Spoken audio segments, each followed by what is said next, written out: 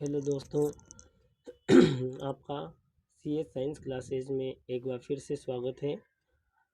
आज हम रासायनिक समीकरणों को संतुलित करने की विधि की चर्चा करेंगे। तो आइए हम देखते हैं कि रासायनिक समीकरण को कैसे संतुलित किया जाता है। रासायनिक समीकरण को संतुलित करने की विधि को हीट एंड ट्रायल विधि के नाम से भी जाना जाता है। क्या कहते हैं दोस्तों? हीट एंड ट्रायल विधि भी कहा जाता है। तो हीट एंड ट्रायल विधि में क्या किया जाता है देखते हैं। स्टेप फर्स्ट, रासायनिक समीकरण लिखकर क्या कर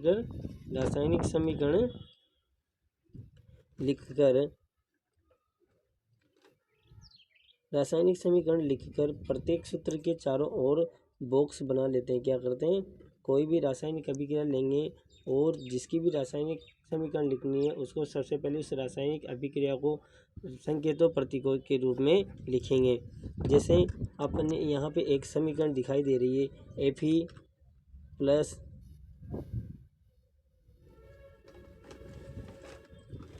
जैसे यहाँ पे एक अभिक्रिया आपको दिखाई दे रही होगी। जब फेरस की अभिक्रिया जल से करवाई जाती है, इस वाले फेरस की अभिक्रिया जब जल से करवाई गई तो Fe3O4 और H2 का निर्माण होता है। तो इस अभिक्रिया को सबसे पहले क्या किया अपन ने, इस बॉक्स के अंदर सभी को क्या करेंगे, बॉक्स के अंदर बंद कर लेंगे। ठीक है। इसके बाद इस प्रकार इसको बॉक्स के रूप में लिखने के बाद संतुलित करते समय बॉक्स के अंदर क्या करते हैं, कुछ भी परिवर्तन नहीं करते हैं। मतलब ये जो बॉक्स बनाया है ना, ये चारों तरफ जो बॉक्स बनाए हैं इसके अंदर क्या करेंगे, कोई भी परिवर्तन नहीं करेंगे। इन बॉक्स के अंदर कुछ भी परिवर्तन अपन को नहीं करना है। ठीक है। इसके बाद सेकंड स्टेप, समीकरण में उपस्थित विभिन्न तत्वों के परमाणु। क्या दोस्तों? समीकरण में उपस्थित विभिन्न तत्वों की जो परमाणुओं की संख्या को क्या करेंगे, नोट करेंगे। जैसे आपने यहाँ देखो, यहाँ लिखा अपन ने तत्व। क्या लिखा अपन ने? तत्व। फिर यहाँ पे लिखेंगे अभिकारकों में परमाणुओं की संख्या और फिर लिखेंगे उत्पाद में परमाणुओं की संख्या। तो इस समीकरण के अंदर कौन कौन सी तत्व हैं वह पहले देखेंगे। जैसे यहाँ पर इस अभिक्रिया के अंदर, इस रासायनिक समीकरण के अंदर कौन कौन से तत्व हैं? एक है Fe जो अपन ने लिख दिया यहाँ पे। उसके बाद एक तत्व कौन सा है? हाइड्रोजन। एक तत्व हाइड्रोजन ये रहा, तो ये लिख दिया अपन ने हाइड्रोजन। उसके बाद इस समीकरण में ऑक्सीजन तत्व भी है, तो यहाँ पे तत्वों को नोट करेंगे। फिर इन तत्वों में अभिकारकों में परमाणुओं की संख्या कितनी है। जैसे अभिकारक में फेरस कितने हैं, यहाँ पे देखो, यहाँ पे एक फेरस है तो अपन ने यहाँ पे फेरस लिख दिया। उसके बाद उत्पाद में परमाणुओं की संख्या कितनी है, तो उत्पाद में फेरस कितने बन रहे हैं? Fe3, मतलब 3 फेरस बन रहे हैं। तो अपन ने क्या लिख दिया यहाँ पे, फेरस कितने लिख दिए? 3 लिख दिए। कितने लिख दिए अपन ने? 3 लिख दिए। उसी तरह हाइड्रोजन कितने हैं? अभिकारक में 3 हाइड्रोजन है, तो ये 3 अपन को यहाँ पे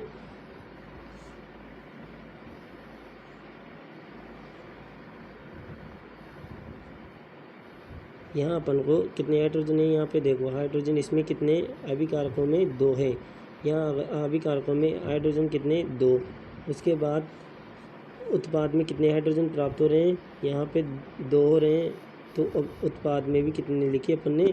2। ऑक्सीजन के कितने परमाणु अभिकारक में है? 1, तो यहाँ पे अपन ने 1 लिख दिया। ठीक है। उसके बाद यहाँ पे उत्पाद में कितने ऑक्सीजन प्राप्त हो रहे हैं? 4, तो अपन ने यहाँ से ये 4 ऑक्सीजन लिख दिया। ठीक है। अब इसमें चलते हैं स्टेप नंबर 3, सबसे अधिक परमाणु। क्या दोस्तों? सबसे अधिक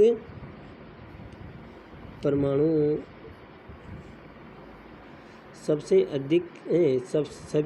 सबसे अधिक परमाणु वाले तत्वों को अभिकारक या उत्पाद की तरफ उचित गुणांक लगाकर संतुलित करते हैं। इसका मतलब है कि जिस सबसे अधिक परमाणु वाले तत्व, तो इसमें से कौन से तत्व में सबसे अधिक परमाणु हैं वह देखो। सबसे अधिक परमाणु वाले तत्व को अभिकारक या उत्पाद की तरफ उचित गुणांक लगाकर संतुलित करते हैं। इसका मतलब है कि जिस तत्व के परमाणु सबसे अधिक होगा सबसे पहले उसको चूज़ करना है। तो यहाँ पे जैसे अपन को सबसे अधिक परमाणु ऑक्सीजन के दिख रहे हैं 4, तो अपन तो चार ऑक्सीजन दिख रहे हैं, किसमें? उत्पाद में। कितने ऑक्सीजन दिख रहे हैं? 4। तो इस 4 ऑक्सीजन अगर उत्पाद में दिख रहे हैं तो अपन को अभिकारक में भी कितने ऑक्सीजन की ज़रूरत होगी? 4। तो इस ऑक्सीजन को 4, इन ऑक्सीजन परमाणु की संख्या 4 करने के लिए भी क्या करेंगे हम? इस H2O के आगे क्या किससे मल्टीप्लाई कर देंगे? 4 से, ताकि यहाँ पर भी कितने ऑक्सीजन हो जाएंगे? 4 ऑक्सीजन प्राप्त हो जाएंगे। तो इसमें यही कहा गया है कि सबसे अधिक क्या दोस्तों? सबसे अधिक परमाणु वाले तत्व अभिकारक या उत्पाद की तरफ उचित गुणांक। तो ये गुणांक अपन ने क्या लगा दिया? 4 लगा दिया। ठीक है। फिर चौथी स्टेप है सभी तत्वों के परमाणुओं की संख्या को स्टेप 3 की भांति संतुलित करते हैं। बस जिस तरह ऑक्सीजन परमाणुओं की संख्या को अपन ने संतुलित किया था ना स्टेप नंबर 3 में, उसी तरह बाकी तत्वों को भी क्या करेंगे? उचित गुणांक लगाकर सभी को बराबर कर देंगे। अब देखो, जैसे यहाँ अपन ने ऑक्सीजन 4 थे तो यहाँ 4 लगा दिया, H2O के आगे क्या लगा दिया? 4। अब यहाँ 4 लगाने पे क्या हो गया? ऑक्सीजन भी 4 हो गए और हाइड्रोजन कितने हो गए? 4 × 2 कितने हो गए? 8। तो कितने हो गए? 8 ऑक्सीजन हो गए। तो अब इधर भी 8 ऑक्सीजन करने के लिए क्या करेंगे? यहाँ पे कितने थे? पहले 2 ऑक्सीजन थे, 2 हाइड्रोजन थे, तो इस हाइड्रोजन के आगे भी क्या लगा देंगे? 4 लगा देंगे। कितने? 4। उसी तरह फिर देखो, यहाँ भी हाइड्रोजन 4 हो गए, यहाँ भी 4 प्राप्त हो गए। यहाँ ऑक्सीजन कितने हो गए? इधर देखो, यहाँ भी 4 ऑक्सीजन है और यहाँ भी 4 ऑक्सीजन है। ठीक है। अब भाई फेरस की, इधर देखो Fe3 है, मतलब यहाँ फेरस के कितने परमाणु प्राप्त हो रहे हैं? अपन को 3 परमाणु प्राप्त हो रहे हैं। तो इसको भी क्या करेंगे अपन? अभिकारक में भी फेरस कितने लगा देंगे? उचित गुणांक लगा के 3 फेरस के आगे कितने लगा देंगे? 3 लगा के इसे भी संतुलित कर देंगे। तो इस तरह सभी तत्वों के परमाणुओं की संख्या को स्टेप 3 की तरह, मतलब तीसरे स्टेप में अपन ने जैसे संतुलित किया था ऑक्सीजन को, उसी तरह बाकी तत्वों को भी क्या कर देंगे? उचित गुणांक लगाकर संतुलित कर देते हैं। ठीक है दोस्तों। अब देखो, अब आते हैं नेक्स्ट पेज पे। सभी तत्वों के परमाणुओं की संख्या अभिक्रिया के दोनों ओर समान है। जैसा कि आपको दिख ही रहा है कि अब दोनों तरफ क्या है? परमाणुओं की संख्या सभी तत्वों में बराबर है। जैसे यहाँ 3 फेरस हैं तो यहाँ भी 3 फेरस प्राप्त हो गए। यहाँ हाइड्रोजन 8 हैं, 4 × 2 बराबर 8। तो इधर भी देखो 4 × 2 बराबर 8 प्राप्त हो गए हाइड्रोजन। फिर यहाँ ऑक्सीजन देखो कितने प्राप्त हो रहे हैं अपन को? यहाँ ऑक्सीजन मिल रहे हैं अपन को 4 ऑक्सीजन। तो इधर भी देखो यहाँ कितने प्राप्त हो रहे हैं? 4। मतलब दोनों तरफ ही क्या हो रहे हैं? अपन को समान तत्वों के समान परमाणु प्राप्त हो रहे हैं। इसका मतलब कि यह समीकरण संतुलित है। अब इसके बाद क्या किया जाता है? स्टेप नंबर 6 है। Step number 5। 5वें स्टेप में अभिकारकों एवं उत्पादों की भौतिक अवस्था लिखते हैं कि अभिकारक और 5वें नंबर की स्टेप में क्या किया जाता है कि अभिकारक और उत्पाद की भौतिक अवस्था भी लिखते हैं। कैसे? अगर ठोस होगा तो उसे S के द्वारा प्रदर्शित किया जाता है, द्रव होगा तो उसे L से, मतलब लिक्विड। गैस अवस्था में होगा तो उसे गैस के अवस्था में G से प्रदर्शित करते हैं। जलीय विलयन होगा तो उसे AQ के रूप में प्रदर्शित करते हैं। जैसे यहाँ Fe सॉलिड है तो अपन ने यहाँ पे S के द्वारा इसकी भौतिक अवस्था प्रदर्शित की है। यहाँ 4 H2O प्राप्त हो रहे हैं, ये किस रूप में है? गैसीय रूप में, तो इसे G के रूप में प्रदर्शित कर दिया। यहाँ Fe3O4 बन रहा है, वो किस रूप में प्राप्त हो रहा है? सॉलिड, तो यहाँ इसको इसके साथ लिख दिया, मतलब सॉलिड अवस्था में। तो और इसके बाद हाइड्रोजन किस रूप में प्राप्त हो रहा है? गैस अवस्था में, तो उसे भी G के द्वारा प्रदर्शित कर देते हैं। मतलब अभिकारकों व उत्पादकों की भौतिक अवस्थाओं के साथ लिख दिया जाता है समीकरणों को। फिर स्टेप नंबर 6 कुछ आवश्यक परिस्थितियाँ जैसे ताप, दाब या उत्प्रेरक आदि को तीर के निशान के ऊपर या नीचे लिखते हैं। और जब कोई विशेष कंडीशन अपन को समीकरण में दे रखी हो, जैसे ताप दे रखा हो, दाब दे रखा हो, उत्प्रेरक दे रखा हो, तो इन सबको कहाँ लिखते हैं? तीर के ऊपर या नीचे लिखते हैं। कहाँ लिखते हैं? जैसे उदाहरण देखो, CO कार्बन मोनोऑक्साइड की अभिक्रिया CO की अभिक्रिया H2 से करवाई जाए तो क्या बनता है? CH3OH बनता है। क्या बनता है? OH। तो ये कितने टेम्परेचर पर बनता है? 340 एटम टेम्परेचर के दाब पे, 340 एटम पर अगर दाब पर यह अभिक्रिया संपन्न करवाई जाती है तभी क्या बनता है? CH3OH प्राप्त होता है। तो ये जो विशेष कंडीशन दे रखी है कि इसमें इस अभिक्रिया को कराने के लिए 340 एटम दाब की आवश्यकता है, उसे कहाँ लिखा जाएगा? इस वाली ये जो तीर का चिन्ह दे रखा है ना, इसके ऊपर। कहाँ पे? या तो ऊपर लिखेंगे या नीचे लिखेंगे। उसी तरह दूसरा उदाहरण, जैसे CO2 की अभिक्रिया जल के अणुओं से करवाई जाए, किसकी उपस्थिति में कराई जाती है? सूर्य के प्रकाश और क्लोरोफिल। किसकी उपस्थिति में? सूर्य के प्रकाश और क्लोरोफिल की उपस्थिति में अगर CO2 और जल की अभिक्रिया करवाई जाए तो क्या प्राप्त होता है अपन को? C6H12O6 मतलब क्या प्राप्त होता है? ग्लूकोज। क्या मिलता है दोस्तों? ग्लूकोज। और क्या बनती है? ऑक्सीजन और जल के अणु बाहर निकलते हैं। तो जो भी विशेष कंडीशन अर्थात जैसे ताप, दाब या उत्प्रेरक की उपस्थिति में अगर अभिक्रिया संपन्न होती है तो उन सभी को कहाँ लिख दिया जाता है? इस तीर के चिन्ह के ऊपर प्रदर्शित कर दिया जाता है। ठीक है। अब समीकरण, अतः समीकरण के दोनों ओर तत्वों के परमाणुओं की संख्या बराबर है। यह समीकरण अब संतुलित है। और इस तरह अगर अपन को तत्वों के परमाणुओं की संख्या अभिकारक और उत्पाद में बराबर मिलती है तो इसका मतलब कि वह समीकरण कैसी है? संतुलित अभिक्रिया है, संतुलित समीकरण है। रासायनिक समीकरणों को संतुलित करने की इस विधि को किस नाम से जाना जाता है? हीट एंड ट्रायल विधि। क्या कहा जाता है दोस्तों? हीट एंड ट्रायल विधि। तो आपसे एग्जाम में पूछ सकते हैं कि हीट एंड ट्रायल विधि क्या है, तो आप क्या कहोगे? हीट एंड ट्रायल विधि किसे कहते हैं? कि असंतुलित रासायनिक समीकरणों को संतुलित करने की विधि को क्या कहा जाता है? हीट एंड ट्रायल विधि कहा जाता है। तो इसका नाम याद रखना। अथवा देखो, असंतुलित रासायनिक समीकरण को संतुलित करने की असंतुलित रासायनिक समीकरण को संतुलित करने के लिए जिस विधि का उपयोग किया जाता है उसे हीट एंड ट्रायल विधि कहा जाता है। क्या कहा जाता है? हीट एंड ट्रायल विधि कहा जाता है। अब नोट देखिए, असंतुलित रासायनिक समीकरण को कंकाली समीकरण कहा जाता है। तो दोस्तों आपसे एक नंबर में क्वेश्चन, छोटे क्वेश्चन में पूछा जा सकता है कि कंकाली समीकरण किसे कहते हैं।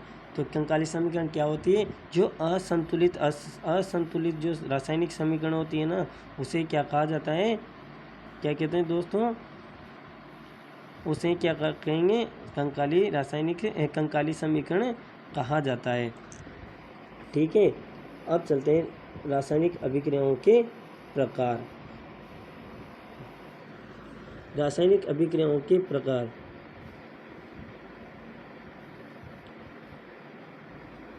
रासायनिक अभिक्रिया के प्रकार। रासायनिक अभिक्रियाएं निम्न प्रकार की होती है। रासायनिक अभिक्रिया कितने प्रकार की होती है? कई प्रकार की होती है। जैसे संयोजन अभिक्रिया। संयोजन अभिक्रिया को संयुग्मन अभिक्रिया भी कहा जाता है, योगात्मक अभिक्रिया भी कहा जाता है। दूसरा होती है वियोजन अभिक्रिया या अपघटन अभिक्रिया। वियोजन अभिक्रिया को क्या कहा जाता है? अपघटन अभिक्रिया भी कहा जाता है। तीसरी अभिक्रिया का प्रकार पढ़ेंगे अपन ऊष्माक्षेपी अभिक्रिया। फिर चौथा आता है ऊष्माशोषी अभिक्रिया। पांचवा आता है विस्थापन अभिक्रिया। छठा पढ़ेंगे द्विविस्थापन अभिक्रिया। और सातवां पढ़ेंगे उपचयन अभिक्रिया। और ये उपचयन अभिक्रिया को और क्या कहा जाता है? ऑक्सीकरण अभिक्रिया भी कहा जाता है। क्या कहा जाता है दोस्तों? ऑक्सीकरण अभिक्रिया भी कहते हैं। उसके बाद पढ़ेंगे अपन अपचयन अभिक्रिया। तो ये अभिक्रियाओं के प्रकार है कि कौन कौन से दोस्तों? कि संयोजन अभिक्रिया, वियोजन अभिक्रिया, ऊष्माक्षेपी की अभिक्रिया, उष्माशोषी अभिक्रिया, विस्थापन अभिक्रिया, द्विविस्थापन अभिक्रिया या उपचयन या अपचयन अभिक्रिया होती क्या है, इसके बारे में अपन आगे डिटेल से पढ़ते हैं। तो पहली अभिक्रिया आती है संयोजन अभिक्रिया। किसके बारे में पढ़ेंगे पहले? संयोजन अभिक्रिया। तो होती क्या है देखते हैं। इस अभिक्रिया में दो या दो से अधिक अभिकारक मिलकर एकल उत्पाद का निर्माण करते हैं। ऐसी अभिक्रिया को संयोजन अभिक्रिया कहते हैं। अर्थात इसका मतलब है कि जब उत्पाद दो या दो से अधिक अभिकारक, मान लो एक अभिकारक ए है, दूसरा अभिकारक बी है, जब दोनों अभिकारक क्या पहला और दूसरा अभिकारक मिलकर, मतलब दो या दो से अधिक अभिकारक मिलकर अगर एकल उत्पाद में बदलते हैं, मतलब ए बी, मतलब जब दो अभिकारक मिलकर अगर एक उत्पाद बनाते हैं तो उसे क्या कहेंगे? एकल संयोजन या संयुग्मन अभिक्रिया भी कहते हैं। ठीक है दोस्तों, मतलब संयोजन अभिक्रिया में दो अलग अलग अभिकारक मिलकर किस में बदल जाएंगे? एकल उत्पाद में बदल जाते हैं। जैसे संयोजन अभिक्रिया के उदाहरण कौन कौन से हैं? कोयले का दहन मतलब जब कार्बन को ऑक्सीजन की उपस्थिति में जलाया जाता है तो क्या मिलता है? CO2 प्राप्त होती है। अब देखो यहाँ एक अभिकारक क्या है? कार्बन है, दूसरा अभिकारक क्या है? ऑक्सीजन है, और ये दोनों अभिकारक मिलकर मतलब जुड़कर यानी संयोग करके क्या बनाते हैं? CO2 मतलब एकल उत्पाद बना रहे हैं। इसलिए ये कौन सी अभिक्रिया का उदाहरण है? संयोजन अभिक्रिया का। दूसरा है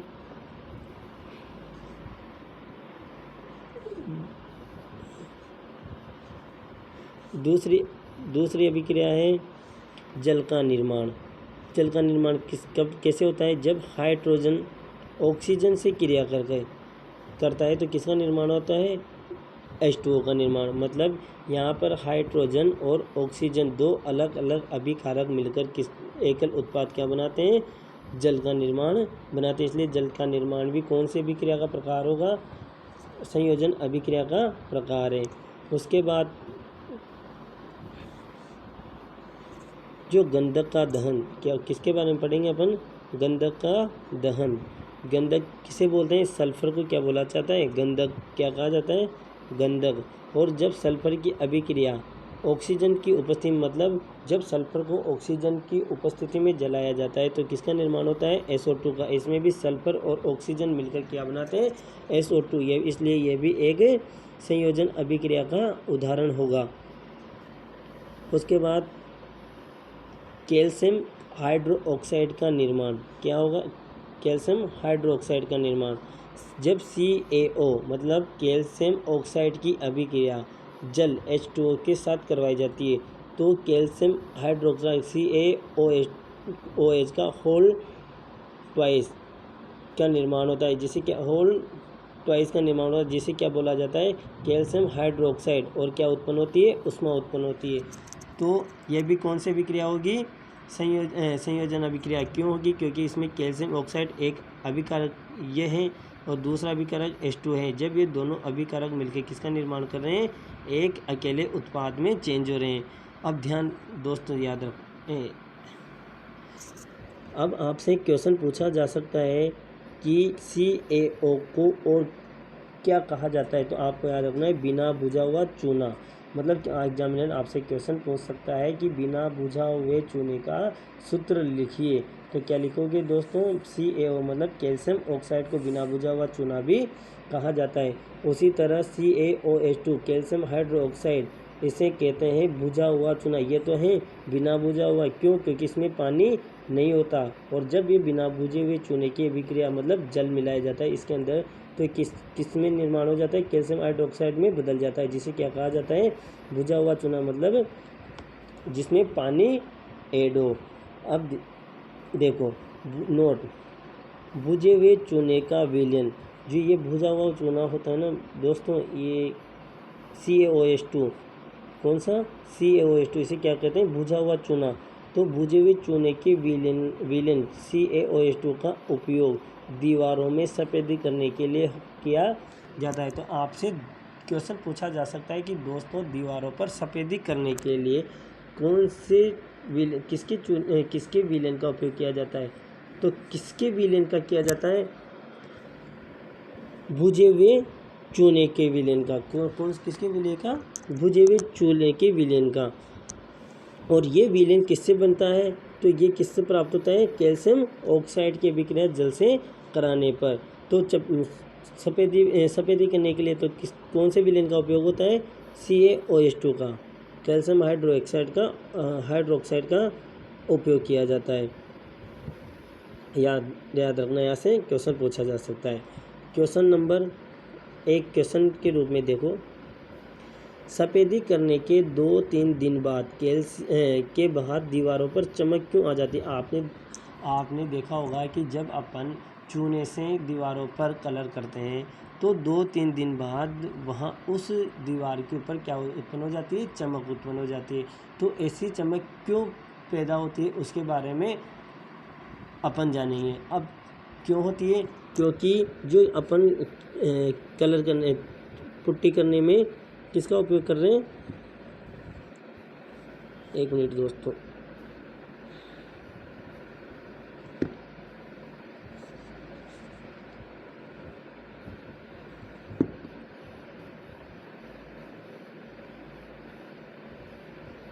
हाँ दोस्तों, अपन सफ़ेदी करने में किसका उपयोग किया जाता है? आपको बताया था कि दीवारों पर सफ़ेदी करने के लिए कैल्शियम हाइड्रोक्साइड का उपयोग किया जाता है। और जब ये कैल्शियम हाइड्रोक्साइड वायुमंडल में उपस्थित CO2 से अभिक्रिया करता है ना, तो किसका निर्माण कर लेता है? CaCO3 का निर्माण कर लेता है। किसका निर्माण कर लेता है? CaCO3 कैल्शियम कार्बोनेट का निर्माण कर लेता है। मतलब जब कैल्शियम हाइड्रोक्साइड CO2 से क्रिया करता है तो CaCO3 का निर्माण कर लेता है, मतलब CaCO3 की परत बना लेता है। और इस CaCO3 की परत के कारण क्या आ जाती है?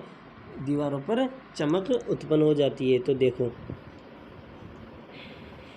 सफ़ेदी करने के 2-3 दिन बाद दीवारों पर चमक इसलिए आ जाती है क्योंकि कैल्शियम हाइड्रोक्साइड, क्या दोस्तों? कैल्शियम हाइड्रोक्साइड वायु में उपस्थित कार्बन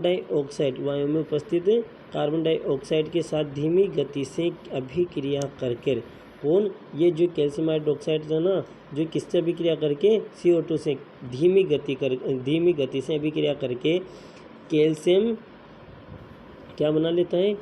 कैल्शियम कार्बोनेट क्या बना लेता है? CaCO3 की एक पतली, यहाँ पे एक पतली परत है दोस्तों, पतली परत बना देता है। अतः सफ़ेदी करने के 2-3 दिन बाद कैल्शियम कार्बोनेट का निर्माण होने के कारण इससे दीवारों पर चमक आ जाती है। तो आ गया दोस्तों आपको समझ में क्यों चमक आ जाती है?